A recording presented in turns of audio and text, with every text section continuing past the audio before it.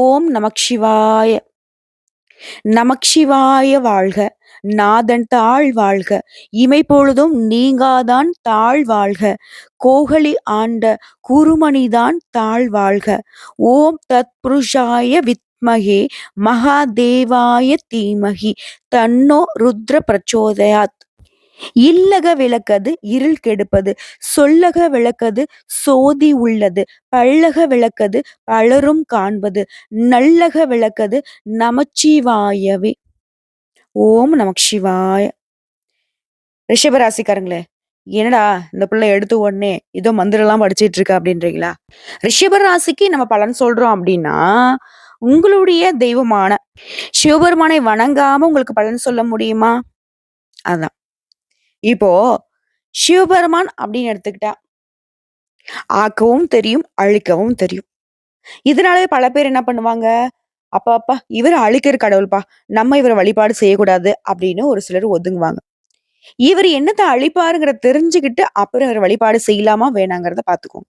இவர் என்னத்த அழிப்பாரு, நமக்குள்ள இருக்கக்கூடிய தீய எண்ணங்களை அழிப்பாரு, நமக்கு நடக்கூடிய தீயவற்றை அழிப்பாரு. புரியுதுங்களா? கெடுதலை அழித்து நல்லதை மட்டுமே கொடுக்கக்கூடியவர் தான் சிவபெருமான். அதை முதல்ல தெரிஞ்சுக்கோங்க. அது மட்டும் இல்லைங்க, இந்த சிவபெருமான் நீங்க வழிபாடு செய்வதனால உங்களுக்கு ஏதாவது தோஷம் இருக்கு, குற்றங்கள் இருக்கு, கஷ்டங்கள் இருக்கு அப்படின்னாக்கா அது எல்லாமே நீங்கி நிம்மதியான வாழ்க்கையை அருளிடுவார். குறிப்பா பண ரீதியா ஏற்படக்கூடிய அனைத்து விதமான பிரச்சனைகளையும் நீக்கக்கூடிய வல்லமை சிவபெருமானுக்கு உண்டு. அப்படி எதுவும் பெருசா எனக்கு தெரியாதேம்மா, குபேர கடவுளையும் மகாலட்சுமி தாயாரையும் வழிபாடு செஞ்சா மட்டும்தானே நமக்கு பணம் கொட்டும் அப்படின்னு ஒரு சிலர் நினைச்சிட்டு இருக்கீங்க. கிடையாது. பணப்பிரச்சனை நீங்கவும் பணவரவு அதிகமாகவும் நீங்க சொல்ல வேண்டிய சிவபெருமானுடைய மந்திர சொல் என்ன தெரியுமா? ஓம் நமோ சிவாய சர்வ குபேர வசி வசி ஓம். இந்த மந்திரத்தை திரும்பவும் சொல்றேன், நோட் பண்ணி கூட வச்சுக்கோங்க. ஓம் நமோ சிவாய சர்வ குபேர வசி வசி ஓம். இந்த மந்திரத்தை நீங்க சொல்றதுனால நீங்க சொன்னீங்க இல்லையா, மகாலட்சுமி தாயார் செல்வத்தின் கடவுள், குபேர கடவுள், பணக்காரவர், இவங்க 2 பேருடைய அருள் கிடைக்கும்.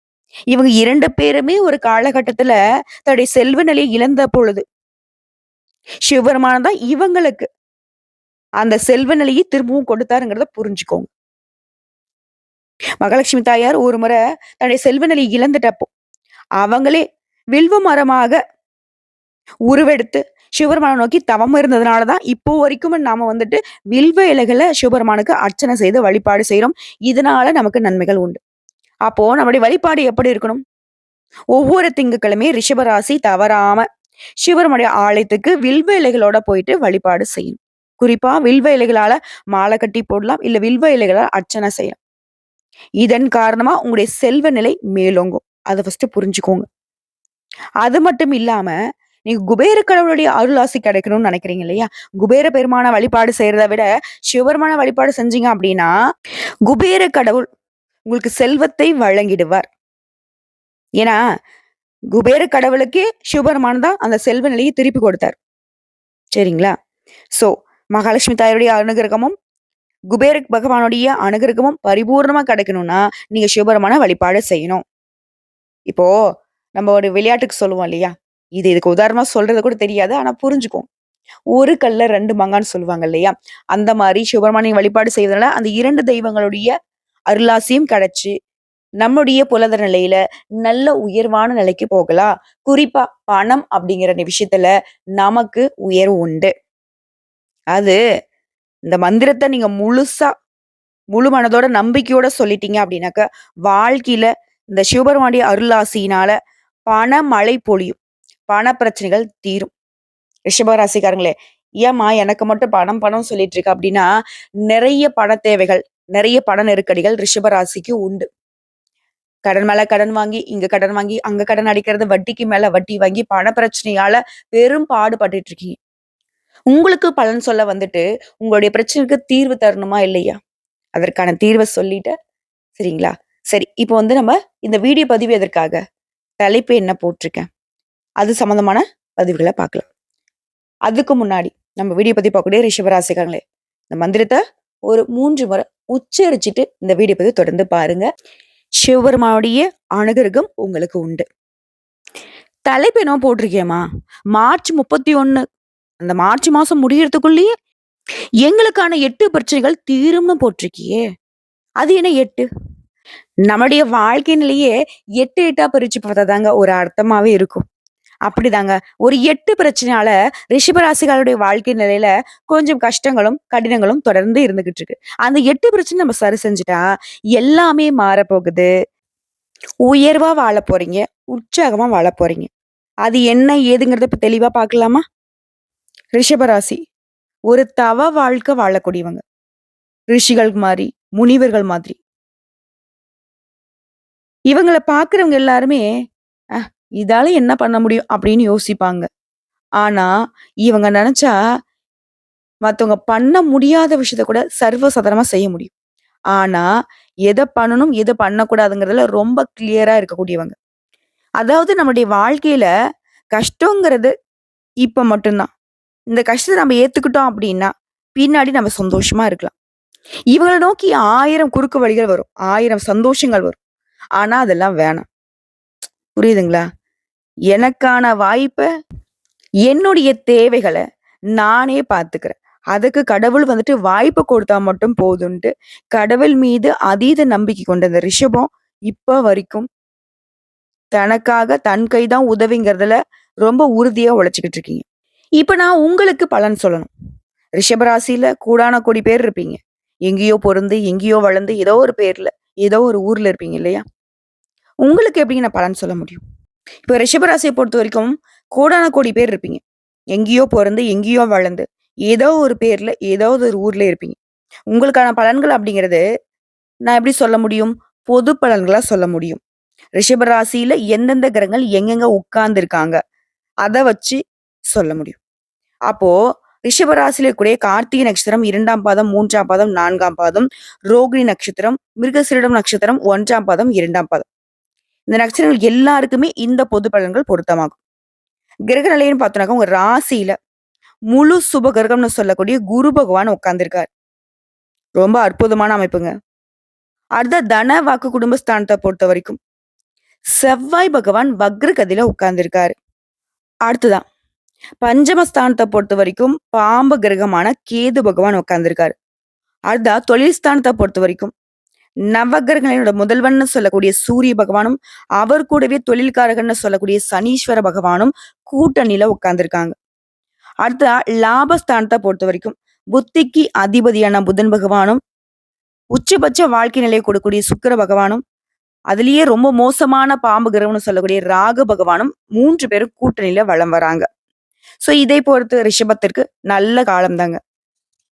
சொல்லப்போனா விஷயம் உங்களுக்கு இருக்கக்கூடிய பிரச்சனையிலேயே பிரச்சனை சரியாக போகுதுன்னு சொன்னேன் இல்லையா? உடல் ஆரோக்கியம் மேம்பட போகுது. முழுசா குணமாக போறீங்க. பெரியவங்க சொல்லுவாங்க இல்லையா? சுவர் இருந்தா தான் சித்திரம் வரைய முடியும். ஸோ உடல் ஆரோக்கியம் சரியாக இருந்தா மட்டும் தான் ரிஷபத்துடைய எல்லா செயல்பாடுகளும் வெற்றி அடையும். பிரச்சனை சரியாயிடுச்சு. அடுத்து 2வது. 3ஆம் இடத்த சூரிய பகவான் பார்க்கிறாருங்க. இதனால மனசுல இருந்த குழப்பம், கவலைகள் நீங்குது. ஒரு மனுஷன் அவன் செய்யக்கூடிய எல்லா செயல்பாடும் நல்ல வகையில இருக்கணும்னா, அவனுடைய மனசு ஃபர்ஸ்ட்டு தெளிவா இருக்கணும். அவன் கரெக்ட்டா ஒரு விஷயத்த செய்யணும்னா, எந்த ஒரு கவலையும் இல்லாம கான்சன்ட்ரேஷன் முழுக்க அவனுடைய செயல்பாடுல இருக்கணும். ஆனா, இத்தன நாளா ரிஷபராசிக்கு இதுவும் பாதிப்பா தான் இருந்துச்சு. பிரச்சனையா தான் இருந்துச்சு. ஸோ இந்த 2வது விஷயமும் சரி செய்யப்பட்டது. மன ஆரோக்கியம், கவலை இல்லாத வாழ்க்கை. அடுத்த 3வது விஷயம். எத பண்றதுக்கும் நமக்கு தைரியம் வேணும் இல்லையா? ஸோ தைரியம் உண்டாகுது. இத்தன நாளா எதுக்கெடுத்தாலும் ஏதாவது ஒரு பயம் தொத்திக்கிட்டே இருந்துச்சு இல்லையா? பயம் விலகி தைரியம் உண்டாகுது. அடுத்து 4வது விஷயம். சொந்தமா தொழில் செய்யக்கூடிய, வியாபாரம் பார்க்கக்கூடிய ஆண்களோ, பெண்களோ தொழில் ரீதியா, வியாபாரம் ரீதியா நீங்க எதிர்பார்த்த லாபம் கிடைக்கும். இத்தன நாளா போட்ட முதலீட எடுக்க முடியுமா? அப்படின்னு தவிச்சிட்டு இருந்திருப்பீங்க. ஸோ தொழில பொறுத்தவரைக்கும் செலவுகளும் இருக்குங்க. ஆனா, செலவுகள் கட்டுக்குள்ள இருக்கும். ஸோ 4வது விஷயமும் சூப்பர். அடுத்து 5வது விஷயம். புதிய ஆர்டர்கள் கிடைக்கும். புதிய ஒப்பந்தங்கள் கிடைக்கும். இதுக்கு தானே நம்ம அவ்ளோ பாடுபட்டோம். அடுத்ததா 7வது விஷயம். உத்தியோக பணிகள பொறுத்தவரைக்கும், உத்தியோகத்துல இருக்கிறவங்க தனியார் துறையோ, அரசாங்க துறையோ, இத்தன நாளா தயக்கத்தோட வேல பார்த்துட்டு இருந்தீங்க. நாம என்ன பண்ணாலும் மேலதிகாரிங்க திட்ட தான் போறாங்க. நாம என்ன செஞ்சாலும் நம்முடைய உழைப்புக்கு ஏற்ற அங்கீகாரம் கிடைக்கல. நம்ம என்ன செஞ்சாலும் நமக்கு பதவி உயர்வும் கிடைக்க போறதில்ல, சம்பள உயர்வும் கிடைக்க போறதில்ல. இப்படி புலம்பிட்டு இருந்த ரிஷபத்திற்கு இந்த காலகட்டத்தில இந்த மார்ச் மாதம் முடியறதுக்குள்ள நீங்க எதிர்பார்த்த மாதிரியே உங்க உழைப்புக்கு ஏற்ற அங்கீகாரமும், பதவி உயர்வும், சம்பள உயர்வும் கிடைக்குங்க. அடுத்ததா எந்திர மாதிரி வேல பார்த்துட்டு இருந்த நீங்க, இனி கொஞ்சம் ஓய்வு எடுக்கிறதுக்கான வாய்ப்பு உண்டு. இருந்தாலும் உங்களுடைய வேலையில கொஞ்சம் கவனம் இருக்கட்டும். அடுத்ததா குடும்பத்த பொறுத்தவரைக்கும், எப்படா நிம்மதி இருக்கும்னு நெனச்சீங்க இல்லையா? இப்போ உங்க மனசுக்கு புடிச்ச மாதிரி நிம்மதியான சூழ்நிலை இருக்க போகுது. இதையடுத்து சொந்தக்காரங்களுடைய வருகை இருக்குங்க. அவர்களால உங்களுக்கு அனுகூலம் உண்டு. அதே மாரி சொத்துக்கள் வாங்கக்கூடிய முயற்சிகள்ல தாமதப்பட்டாலும், நீங்க ஆசைப்பட்ட சொத்துக்கள் இந்த மாதத்துல உங்க கைக்கு வந்து சேரும். சொல்லப்போனா இந்த மாதத்துல ரிஷபத்தினுடைய ஆசைகள் எல்லாமே நிறைவேற போகுதுங்க. நீ எடுக்கக்கூடிய முயற்சிகளும் வெற்றி அடையும். அடுத்து பெண்கள பொறுத்தவரைக்கும், நீங்க எடுத்த முடிவ நிறைவேற்றுவதில கண்ணும் கருத்துமாக இருக்க போறீங்க. அத செயல்படுத்திக்கவும் போறீங்க. அடுத்த கலைத்துறை இருக்கிறவங்க, சில அத்தியாவசிய தேவைகளுக்காக கொஞ்சம் செலவு செய்வீங்க. செலவுகள வந்துட்டு கரெக்ட்டா பார்த்து பண்ணிட்டீங்க அப்டின்னாக்கா, பண பற்றாக்குறைய சந்திக்காம தவிர்த்துடலாம். அடுத்த அரசியல்வாதிகள பொறுத்தவரைக்கும், நீ எடுக்கக்கூடிய காரியங்கள்ல உடனே வெற்றி கிடைக்கும். அடுத்த மாணவர்கள பொறுத்தவரைக்கும் கல்வியில வெற்றி பெற கொஞ்சம் கவனமா பாடங்கள படிக்கணும். மத்தபடி எல்லாருக்குமே மனக்குழப்பங்கள் நீங்கி சிந்தனை மேலோங்குதுங்க. மேலும் சொன்னா, இந்த ரிஷபம் அப்படிங்கிறவங்க கலைநயம் மிளிரக்கூடிய சுக்கிர பகவானை அதிபதியா கொண்டவங்க. உங்கள பொறுத்தவரைக்கும், உங்க ஜாதகத்துல சூரிய பகவான் உங்க ராசிக்கு 10ஆம் இடத்துல வராரு. ஏதோ ஒரு காரணத்தால பாதிக்கப்பட்ட உங்க மன நிம்மதி மீண்டும் கிடைக்க போகுது. சோ உங்களுடைய வாழ்க்கைக்கு வெளிச்சம் ஏத்துறது சூரிய பகவானா தான் இருக்காரு. இவர பொறுத்தவரைக்கும் உங்களுக்கு அதிர்ஷ்டத்த தான் கொடுக்கிறாரு. அடுத்ததான் உறவுக்காரங்கிட்ட இருந்து வந்த மனத்தாங்களும் நீங்குது. அதாவது சூரிய பகவான பொறுத்தவரைக்கும் உங்க மனச வந்து பலப்படுத்துறாரு. அதே மாரி உத்தியோக பணிகள்ல இருக்கிறவங்க, மேல் அதிகாரி கிட்ட பாராட்டுகளை பெற போறீங்க.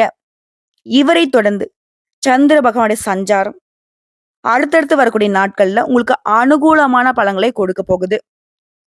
இவரை தொடர்ந்து செவ்வாய் பகவான் உங்க ராசியில 2ஆம் வீட்ல இருக்காரு. இவர் என்ன பண்றாரு? தொழிலுக்கு போட்டியாக இருக்கக்கூடிய விரோதிகளை தோற்கடிக்க வைக்கிறாரு. அதே மாரி குடும்பத்துல இருந்த குழப்ப நிலையை சரி செஞ்சு வைக்கிறாரு. உடல் ஆரோக்கியம் மேம்பட்டு நிக்குது. அடுத்த புதன் பகவான பொறுத்தவரைக்கும் உங்க ராசிக்கு 11ஆம் வீட்ல வராரு. குறிப்பா பெண்களால பணவரவு உண்டாகுது. பெற்றோர்களுடைய ஆரோக்கியத்துல கவனம் தேவை. புதன் பகவான் சாதகம் தான் பண விஷயத்துல. ஆரோக்கியத்துல கொஞ்சம் கவனமா இருக்க சொல்றாரு. அடுத்ததா நல்லத மட்டுமே செய்ய தெரிஞ்ச குரு பகவான் உங்களுடைய ராசிக்கு 1ஆம் இடத்துல இருக்காரு. தொழிலுக்கு விரோதமாக நடந்து கொண்ட நண்பர்கள் கூட இப்போ உங்கள புரிஞ்சுப்பாங்க. தாங்கள் செஞ்சது தப்புதாங்கிறத உணர்ந்து உங்ககிட்ட மன்னிப்பு கேட்டு நிப்பாங்க. அதே மாரி வெளி வட்டாரத்த பொறுத்தவரைக்கும் இந்த குரு பகவானால உங்க செல்வாக்கு அதிகமாகுது. எந்த ஒரு விஷயத்தையுமே ஊக்கத்தோட செய்ய போறீங்க. அடுத்தது உங்களுடைய அதிபதி சுக்கிர பகவான் உங்க ராசியில 11ஆம் இடத்துல இருக்காரு. இவர் என்ன பண்றாரு? காதலியை கரம் பிடிக்க வைக்கிறாரு. காதலன கரம் பிடிக்க வைக்கிறாரு. மகிழ்ச்சிய குடுக்குறாரு. குழந்தை பாக்கியத்தை பெறக்கூடிய யோகத்த கொடுக்கிறாரு. என்னென்னலாம் குறையும் உடைய வாழ்க்கையில, அது எல்லாத்தையுமே தீர்த்து வைக்கிறாரு. இது மட்டும் இல்லாம, சனி பகவான பொறுத்தவரைக்கும் உங்க ராசிக்கு 10ஆம் இடத்துல உட்கார்ந்திருக்காரு. இவர் என்ன பண்றாரு? எச்சரிக்கையோட இருக்க சொல்றாரு. வண்டி வாகனங்களை இயக்குறப்போ கவனமா இருக்கணும். அது மட்டும் இல்லாம, இது சொல்றது வந்து உங்களுக்கு எச்சரிக்கை தாங்க. பயம் வேணாம். சின்ன சின்ன விபத்துகள் ஏற்படுறதுக்கு வாய்ப்பு இருக்கு. ஓகேங்களா? அதே மாரி பண விஷயங்கள்ல அலட்சியம் காட்டாதீங்க. பண வரவு தாராளமா இருக்கும். ஆனா கொடுக்கல் வாங்கல்லயோ, கடன் கொடுக்கிறதோ, கடன் வாங்குறதோ, இந்த மாதிரியான விஷயங்கள்ல மத்தவங்களுக்கு பண உதவி செய்றதோ, மத்தவங்களுக்கு பணம் வாங்கி குடுக்கறதுக்கு ஜாமீன் நிக்கிறதோ, இந்த மாதிரியான விஷயங்கள்ல சனி பகவானுடைய பார்வை உங்களுக்கு பாதகமா இருக்கு. ஸோ உஷாரா இருந்துக்கோங்க. இவரை தொடர்ந்து ராகு பகவான், பாம்பு கிரகமான இந்த ராகு பகவான் உங்க ராசிக்கு 11ஆம் இடத்துல வராரு. இவரால உங்களுக்கு பிள்ளைகளால இருந்த தொல்லைகள் கொஞ்சம் குறையும். புதுசா வீடு மாறுவதற்கான வாய்ப்பு ஏற்படுத்தி குடுக்குறாரு. கணவன் மனைவி உறவ மகிழ்ச்சிகரமா வைக்கிறாரு. ஸோ இவர பொறுத்தவரைக்கும் பாதிப்பே இல்லன்னு சொல்லலாம். பிள்ளைகளுடைய தொல்லைகள்லாம் ஒண்ணும் பிரச்சனை இல்ல. நம்ம சமாளிச்சிடலாம். அடுத்ததான் இந்த ராகு பகவானுடைய தம்பியான கேது பகவான் எங்க இருக்காரு? 5ஆம் வீட்ல நிக்கிறாரு. இவர பொறுத்தவரைக்கும் முழுசா உங்களுக்கு நல்லத மட்டுமே பண்றாரு. அசாத்திய துணிவோடு தொழில நடத்துவீங்க. உங்களுக்கு வேண்டாத விரோதிகள் எல்லாம் உங்ககிட்ட பணிஞ்சு போவாங்க. அந்த அளவுக்கு நீங்க உயர்வா இருக்க போறீங்க. அதே மாரி உங்களால நெறைய மக்களுகளுக்கு நன்மைகள் உண்டாக போகுது. சொல்லப்போனா பிரச்சனைகள் எல்லாமே மறையக்கூடிய நேரம். உங்களுடைய நிதி நிலைமையும் ரொம்ப அற்புதமா இருக்குங்க. எல்லாமே சாதகமாவே இருக்கு. ஒரு சில விஷயங்கள்லயும் நீங்க எச்சரிக்கையா இருக்கணுங்கிறத சொல்லட்டுமா? நிலம் தொடர்பான தகராறுகள், அது சம்மந்தமா கோர்ட்டு கேஸ்ன்னு அலையறதுக்கு வாய்ப்பு இருக்கிறதுனால, எல்லா விதங்களிலும் கவனம் தேவை. வண்டி வாகனம் ஓட்டுறப்ப கவனம் தேவை. பயணங்களின் போதும் உடைமைகள் மற்றும் ஆரோக்கியத்தின் மீது அக்கறை தேவை. இத மட்டும் எச்சரிக்கையான விஷயமா பாருங்க. மாணவர்கள பொறுத்தவரைக்கும் படிப்புல ஆர்வத்தை இழக்கிறதுக்கு வாய்ப்பு இருக்கு. இதனால நீங்களே இது நமக்கு சரிப்பட்டு வராது. நம்ம தான் படிப்புல ஆர்வத்த ஏற்படுத்திக்கணுங்கிறத உணர்ந்துக்கோங்க. அதே மாரி விரும்பிய வெற்றி அடைய கொஞ்சம் கடினமா உழைக்க வேண்டியிருக்கும். அதையும் மனசுல வச்சுக்கோங்க. மத்தபடி ரிஷபராசிக்கு எல்லாமே நீங்க திட்டம் தீட்டுற மாரி தாங்க உங்க வாழ்க்கை நிலை இருக்கு. சொல்லப்போனா கடவுள் வந்துட்டு 100க்கு 90% சாதகமாவும், மீதி இருக்கக்கூடிய அந்த 10% மட்டும் நீ பார்த்து சரி செஞ்சுக்கப்பா அப்படிங்கிற மாரி கொடுத்திருக்கிறாரு. ஸோ இப்ப வரைக்கும் பார்த்தது பொது பலன்கள் பார்த்திருக்கோங்க. இப்ப நம்ம நட்சத்திர பலன்கள பார்க்கலாம். கார்த்திகை நட்சத்திரம் 2ஆம் பாதம், 3ஆம் பாதம், 4ஆம் பாதம். சூரிய பகவானால கூலி வேலை செய்தாலும் சரிங்க, இல்ல எந்த வேலை செய்தாலும் சரி, எந்த துறைகள்ல நீங்க இருந்தாலும் சரி, முன்னேற்றம் உண்டாகுது. வேலைக்காக முயற்சி பண்றீங்களா? அந்த முயற்சிகள்ல வெற்றி உண்டு. நீங்க செய்யக்கூடிய வேலையிலும் வெற்றி பெற போறீங்க. தொழில்ல ஏற்பட்ட நெருக்கடிகள் நீங்குது. புதிய தொழில் தொடங்கக்கூடிய முயற்சிகள் எல்லாமே இப்ப நிறைவேற போகுது. உழைப்பாளர்கள பொறுத்தவரைக்கும் உங்க நிலையில உயர்வை பார்க்க போறீங்க. வருமானத்துக்கு ஒரு குறையும் இல்லைங்க. அதிகமாவே இருக்க போகுது. அடுத்து ரோகிணி நட்சத்திரம். ராகுவும், குருவும் இவங்களுடைய பரிவர்த்தனையால யோகமான பலன்களை அனுபவிக்க போறீங்க. வருமானம் அதிகமாகுது, பொன் பொருள் சேருது, வெளிநாட்டு முயற்சிகள் சாதகமா முடியுது, பணியாட்களுக்கு கூட நல்ல ஒத்துழைப்பு அதிகமாகும். குடும்பத்துல உங்களுக்கு இருந்த குழப்பங்கள் எல்லாமே விலகி போகுது. அடுத்து மிருகசீரிடம் நட்சத்திரம் 1ஆம் பாதம், 2ஆம் பாதம். நடக்கிறது எல்லாமே உங்களுக்கு சாதகம். செவ்வாய் பகவானை பொறுத்தவரைக்கும் வாக்குஸ்தானத்துல சஞ்சாரம் பண்றது நெருக்கடிகளை கொஞ்சம் கொடுப்பாரு. மத்தபடி உங்களுக்கு சாதகமா நிப்பாரு. அடுத்து குரு பகவானுடைய பார்வை அப்படிங்கிறது உங்களுடைய செல்வாக்கு உயர்த்தி வைக்குது. இழுபறியாக இருந்த வேலையை நடத்தி வைக்குதுங்க. ஒரு சிலருக்கு புதுசா இடம் வாங்குறது, வீடு வாங்குறது இந்த மாதிரியான யோகம் உண்டாகுதுங்க. வியாபாரம் செய்யறவங்களுக்குலாம் முன்னேற்றம் அடைய போறீங்க. குழந்தை பாக்கியத்துக்காக இயங்கியவர்களுக்கு பல நாள் கனவுகள் இப்ப நனவாக போகுது. மாணவர்களை பொறுத்த வரைக்கும் படிப்புல கவனம் தேவைங்க. ஆக மொத்தத்துல இந்த காலகட்டத்துல பண பற்றாக்குறை இருக்காது. குடும்பத்துல மகிழ்ச்சியும் சந்தோஷமா இருக்க போகுது. திடீர் பணவரவு ஏற்பட போகுது. எப்பயோ கொடுத்த பணம் தன்னால திரும்பி வரப்போகுது. நல்ல பலன்கள் அதிகமா கிடைக்க போகுது.